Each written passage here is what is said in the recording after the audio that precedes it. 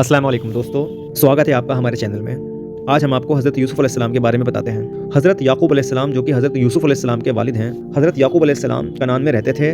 उनको अल्लाह ने 12 बेटों से नवाजा, जिसमें से 2 बेटे, एक का नाम हज़रत यूसुफ़ अलैहिस्सलाम और दूसरे बेटे का नाम हज़रत बिन्यामीन अलैहिस्सलाम था, और बाकी 10 बेटे सौतेले थे जो कि हज़रत यूसुफ़ अलैहिस्सलाम और हज़रत बिन्यामीन अलैहिस्सलाम से बड़े थे। हज़रत यूसुफ़ अलैहिस्सलाम अभी छोटे बच्चे ही थे कि उन्होंने ख्वाब में देखा कि सूरज और चाँद और 11 सितारे सामने झुके हुए हैं। उनको समझ नहीं आया। उन्होंने इस ख्वाब के बारे में अपने वालिद हज़रत याकूब अलैहिस्सलाम को बताया। हज़रत याकूब अलैहिस्सलाम यूसुफ़ अलैहिस्सलाम से बड़ी मोहब्बत करते थे। उन्होंने ख्वाब का मतलब हज़रत यूसुफ़ अलैहिस्सलाम को बताया। उन्होंने कहा, ए यूसुफ़, आपको बड़े होकर आला रुतबा मिलेगा, आला रुतबा मिलेगा, और इस ख्वाब के बारे में अपने भाइयों को ना बताना। हासिद भाइयों ने वही किया जिस बात का डर था।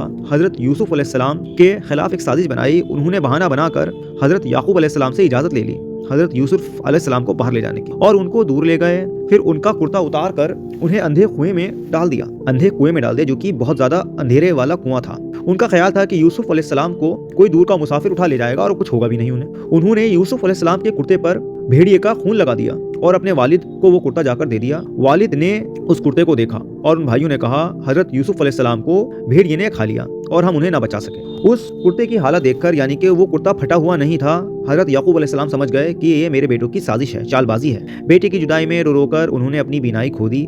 हज़रत याकूब अलैहिस्सलाम ने एक काफिला जो मिस्र जा रहा था वो कुएं के पास रुका, लिहाजा उन्हें प्यास लगी तो उन्होंने एक डोल उस कुएं में डाला, जिस डोल में हज़रत यूसुफ़ अलैहिस्सलाम बैठकर, जैसे ही उन्होंने वो डोल खींचा और उसमें बैठकर हज़रत यूसुफ़ अलैहिस्सलाम ऊपर आ गए। वो काफिला हज़रत यूसुफ़ अलैहिस्सलाम को देखकर हैरत अंगेज रह गया, उनकी खूबसूरती को देखकर हैरान रह गया। और जैसे ही वो मिस्र पहुंचा तो उन्होंने उस काफिले ने बहुत मामूली कीमत में हज़रत यूसुफ़ अलैहिस्सलाम को अजीज़े मिस्र को फरोख्त कर दिया। वो शख्स अजीज़े मिस्र था। उसने हज़रत यूसुफ़ अलैहिस्सलाम को खूब इज्जत से अपने महल में रखा। अल्लाह ने हुस्न और दहानत दोनों से ही उनको नवाजा था, और जब वो जवानी की उम्र तक पहुंचे तो अल्लाह ताला ने उन्हें अपना नबी चुन लिया। अजीज़े मिस्र की बीवी ज़ुलेखा झूठी और धोखेबाज औरत थी। एक दिन उसने हसीन यूसुफ़ अलैहिस्सलाम के किरदार पर झूठा इल्ज़ाम लगाकर हज़रत यूसुफ़ अलैहिस्सलाम को जेल में कैद करवा दिया। वो कैद में अल्लाह ताला के हुक्म से लोगों को ख्वाब की ताबीरें बताने लगे।